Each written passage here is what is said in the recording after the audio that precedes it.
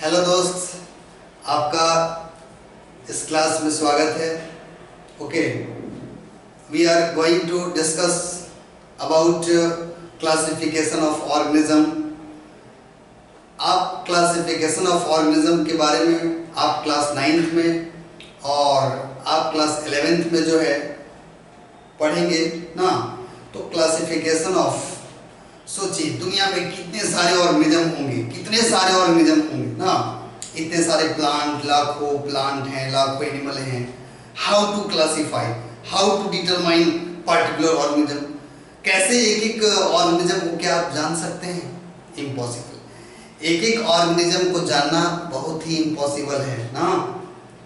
सो हमारे साइंटिस्ट लोग जो है ना, कितना उन्होंने दिमाग लगाया, कितना मेहनत किया होगा, और मेहनत करने के बाद वो एक एक ऑर्गेनिज्म को देखकर, उसके कैरेक्टरिस्टिक फीचर को देखकर उन्होंने जो है उसको क्लासिफाई किया। कितना बड़ा मेहनत किया, और आज हम उसी क्लासिफिकेशन के बदौलत जो है वो बहुत सारे एनिमल को, बहुत सारे प्लांट को थोड़े समय में पढ़ पाते हैं। मतलब कम ही समय में हम ज़्यादा प्लांट और एनिमल के विषय में जान जाते हैं, उनके बारे में हम नॉलेज प्राप्त कर लेते हैं।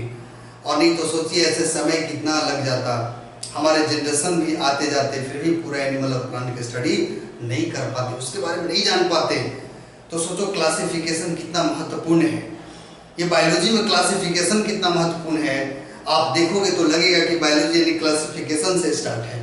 अगर आपने क्लासिफिकेशन नहीं समझा तो आपने कुछ नहीं समझा।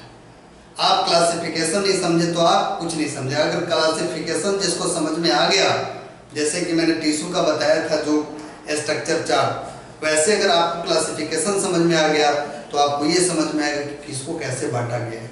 और ये क्लासिफिकेशन में बड़ा है ना। एक क्लास में नहीं हो पाएगा, और भी क्लास में हम लोग करेंगे, लेकिन आज स्टार्ट करते हैं। तो आपने कैरोलस लिनियस का नाम सुना होगा। ओके, अगर हम पहले भी बताए होंगे और वीडियो में, तो आज भी थोड़ा सा हम देख लेंगे, है ना। आप क्लासिफिकेशन की बात करते हो, बोलता है कि आप क्लासिफिकेशन की बात करते हो। किसकी बात करते हो? आप क्लासिफिकेशन की बात करते हो। ओके, आप क्लासिफिकेशन की बात करते हो, और क्लासिफिकेशन का मतलब क्या है? क्लासिफिकेशन मतलब classify the organism, plant, animal, because there are many plants, many different animals are present on the earth. So how do we study, how do we get knowledge? Okay, so very important to classify the organism. तो classification करना है। अब classification, okay, हम लोग एक चीज देखते हैं जो क्लासिफिकेशन करते हैं, एक वर्ड है ना, ये लिखते हैं study of classification, study of classification. Okay, study of classification, ये नहीं है ना, study of classification, study of classification. Okay, हम लोग इसमें देखेंगे स्टडी ऑफ क्लासिफिकेशन किसको कहते हैं। तो स्टडी ऑफ क्लासिफिकेशन आपको कहा जाता है टैक्सोनॉमी। हमेशा याद रखिएगा, taxonomy. Okay, taxonomy, study of classification. Study of classification जो है वो आपका है टैक्सोनॉमी। क्या है वो? Taxonomy. Okay, study of classification को टैक्सोनॉमी कहा जाता है।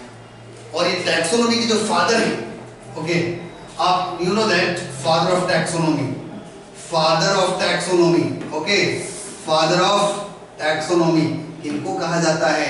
एक साइंटिस्ट हैं जिनका नाम क्या है? जिनका नाम है कैरोलस, कैरोलस लिनियस ना, उनका नाम है कैरोलस लिनियस। ओके, इनका नाम है कैरोलस लिनियस। ओके, ये जो है father of taxonomy Carolus Linnaeus ना। तो आप देख रहे हो कि स्टडी ऑफ क्लासिफिकेशन को टैक्सोनॉमी कहा जाता है, और जो टैक्सोनॉमी का श्रेय है, जो फादर है, इनके जो जनक हैं वो है कैरोलस लिनियस।